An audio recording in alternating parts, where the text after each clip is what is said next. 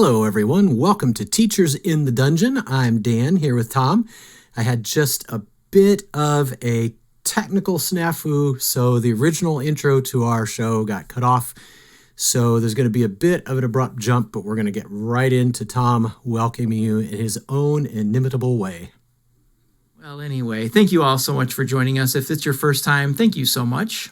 By the way, I'm stealing this intro from our friend Greg McLaughlin. I love the way he tells people, welcome, even so many episodes into his show. So if this is the first time, welcome, and thank you for joining us. If you've been with us for a long time, thank you again for coming back to the dungeon. Yep. Be sure to follow us on Instagram and Facebook, Teachers in the Dungeon. We're also on Twitter or X. I'm never sure exactly what to call it. I don't know why they changed that name. But there, I know. There we are at Dungeon Teachers.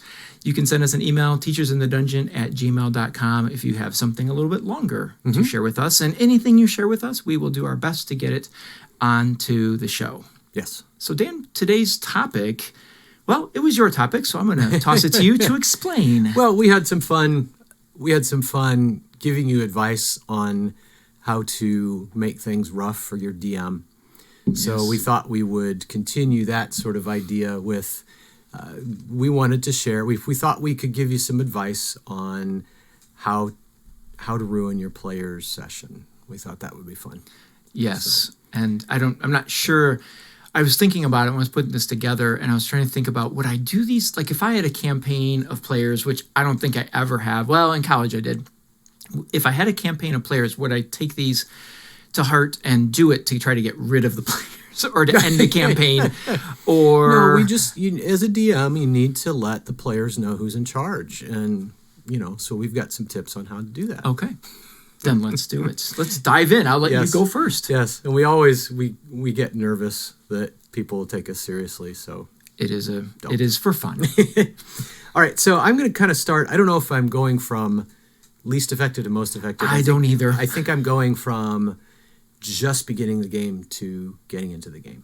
Kind of. Okay. So my first tip for a DM who needs to put players in their places, do not tell them which species and classes you are excluding in your world until they've already created a new character.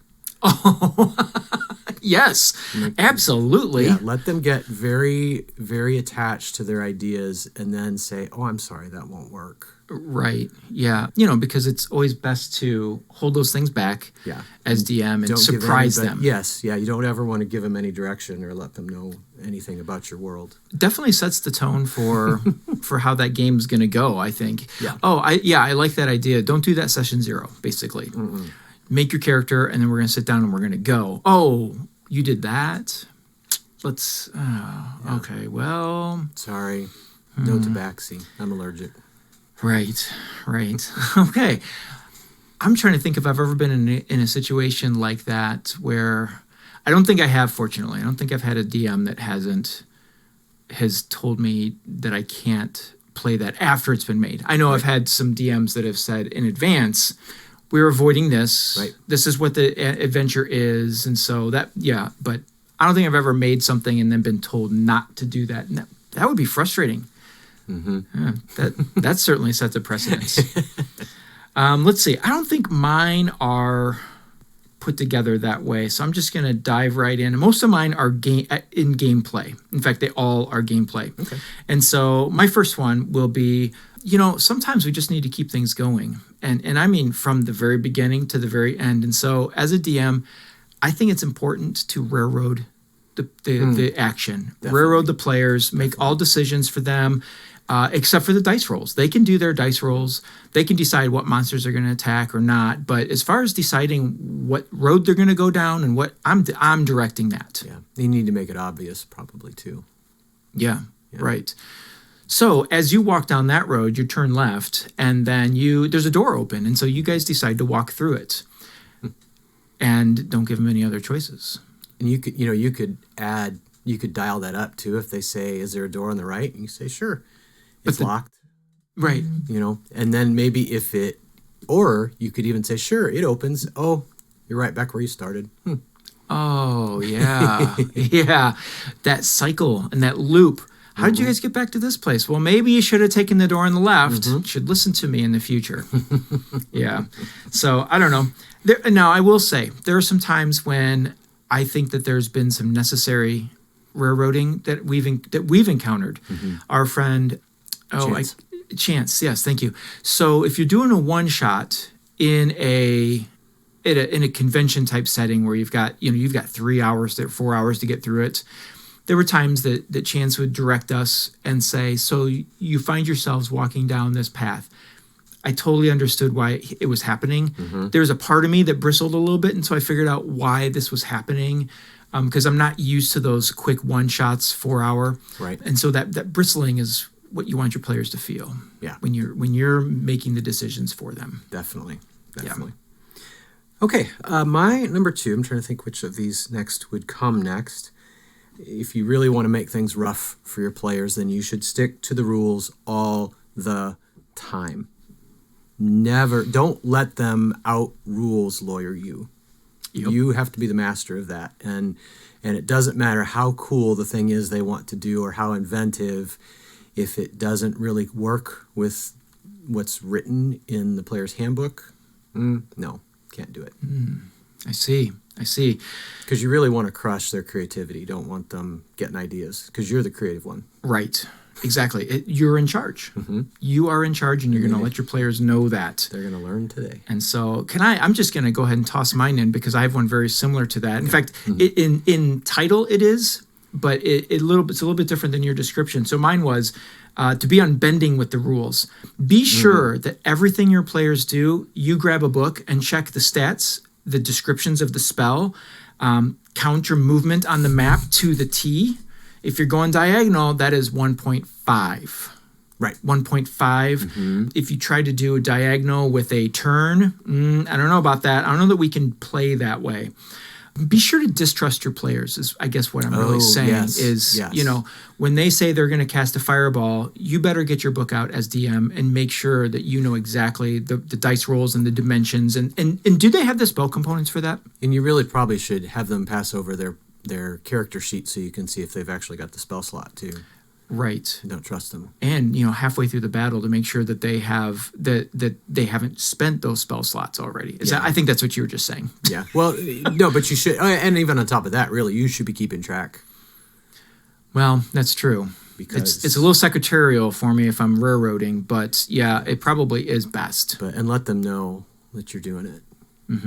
Okay, that's your second slot. I was going to say, you've used your second slot for your third level spell. And make them question that in the way in which you say it. So you're going to spend your last spell slot on that magic missile. Okay, let me get the book out and make sure that I know how many D4s you need to roll. And this is 4D chess. If you suspect that they've lost count, then you wait and you don't tell them until they try to use a spell slot that's not there, and then you hammer them. Yeah, call them out after that. Yeah. I like that. But yeah, those slow the game down by getting the books out and checking everything. Yeah. Absolutely everything. I'm trying to think of some of those small, minute things that we sometimes forget about that we should be checking on. Encumbrance. How much stuff have you just picked up? Do you have the ability to carry that much? Double check those. Yeah. All right, my next one actually is another rules one, but this is kind of going the other direction. And I think something else you can do if you're really working on this is change your table rules without warning. Today. Or explanation. Yes. And I would even, you gaslight them. That's always been this way. What are you talking about? Yeah. No, this is the way it is. That's right. Yeah. It doesn't matter whether the players are frustrated with that or not. Because if you're trying to ruin them, they should be frustrated. You right. want them really upset. Right. And so I'm with you on that. I love the idea of changing the table rules frequently. I'm trying to think of a time that has happened where it was just so satisfying as DM to do that. I don't remember. Probably like I know.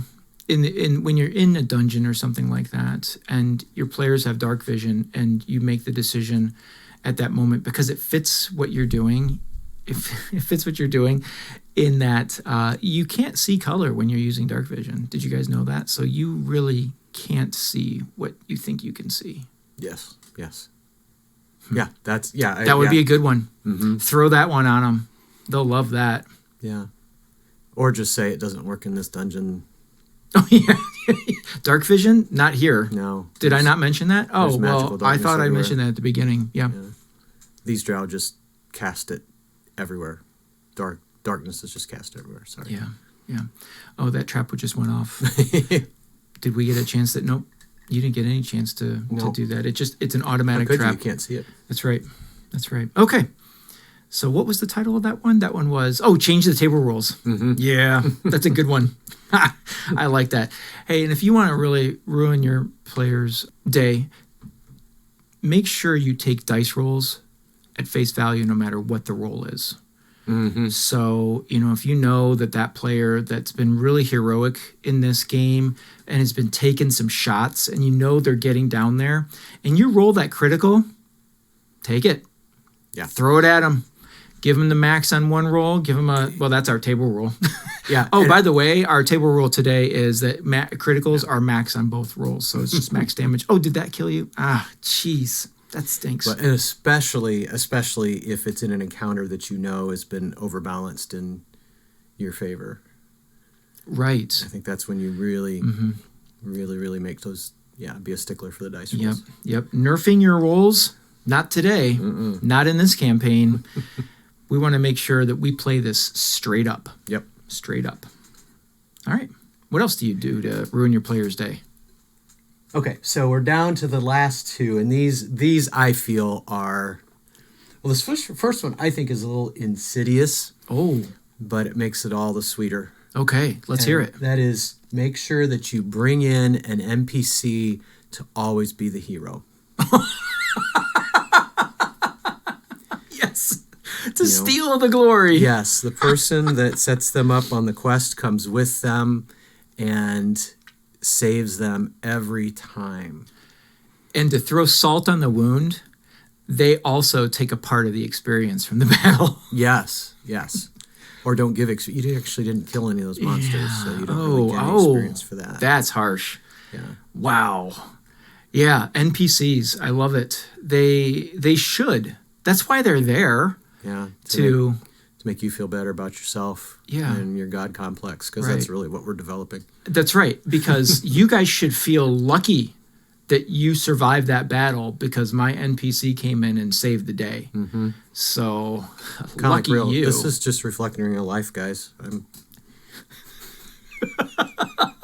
You're lucky I hang out with you. Oh, I love it. Was not expecting that one. Okay, let me see. I don't know. I'm going to stay on the same vein. And unfortunately, I had to put this one in a don't statement. So, but hey, and we've kind of been down this road, but I'm just going to go down it again. Don't nerf those monsters. Oh, no. Now, we don't make mistakes. So when we bring those encounters, those are put together for you to be able to handle. And so, those impossible situations, that's really kind of on you because you must not have done, you being the players, because you must not have planned properly or, you didn't buy the correct equipment. You didn't listen to our show from last month about, ideal equipment. So you should have known that you needed caltrops on this one. So sorry, you just get what you get. And so you don't get any parlay. Oh, the other one is not letting the players parlay with monsters either. Oh, never. Because talking in Dungeons and Dragons? What, were you born in the 21st century or something? Come on, first edition all the way. I've already figured out how this encounter is going to go. Don't be getting creative. Right. Yeah. Monsters don't talk. No. Neither do humans that are evil. Yeah. So, yeah. Only to taunt you. Stop nerfing those monsters. Don't be soft on your players. Yep.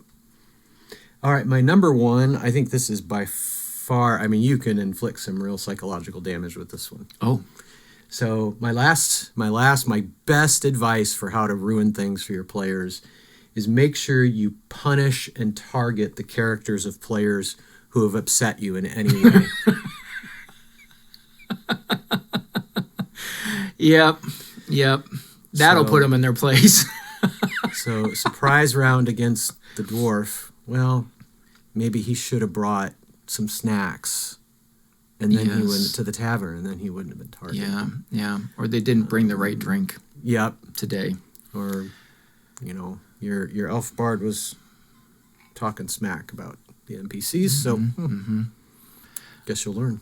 Or that ranger showed up 10 minutes late. We had to wait 10 minutes for them to show up because they were coming from work. Yep, they're not going to get much in the way of assistance today. So target them. Yep. Every monster knows that you were late. I don't know how that happened. They just planned it that way. So yes, be sure to punish your players if they're doing something that you didn't like as the DM. That's proper. Yes. Proper to ruin their session. Was that your last one? Yes. Okay, and so here's my last one. It's really to kind of also put them in their place and make sure that the players aren't doing what they're supposed to be doing is be sure from time to time to show up to your game completely unprepared and blame it on the players. Right. Why don't you remember that? How do you not remember that that's what was happening? Right. And when they're fighting something, well, don't you know the armor class of an orc? Why don't you know the armor class of an orc? Look it up. Jeez.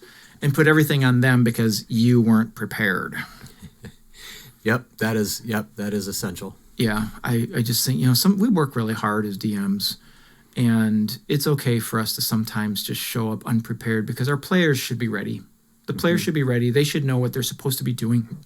It's just inconsiderate of them sometimes. So I suppose if someone missed the intro of this and has been listening and is like, God, these guys are jerks. Hopefully the irony was... I hope so. I mean, I felt like my tone was. I mean, sometimes I'm not good at that. But yes, these are definitely, if you go back and listen, flip them around because I definitely think, well, I mean, I don't know. How you feeling today, Dan?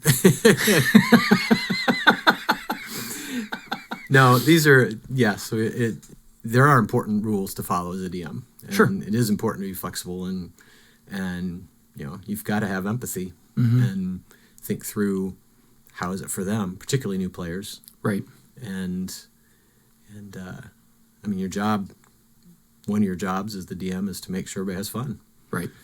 Yeah, and honestly, I look at my list. It comes from experience, and I don't mean as a player. I mean as a DM. I've made several of these mistakes, where I put together an encounter. I think it's a really good encounter, and I'm like, they're gonna fight all of these things, and it just was overwhelming for them. And I think I knocked out half of a campaign.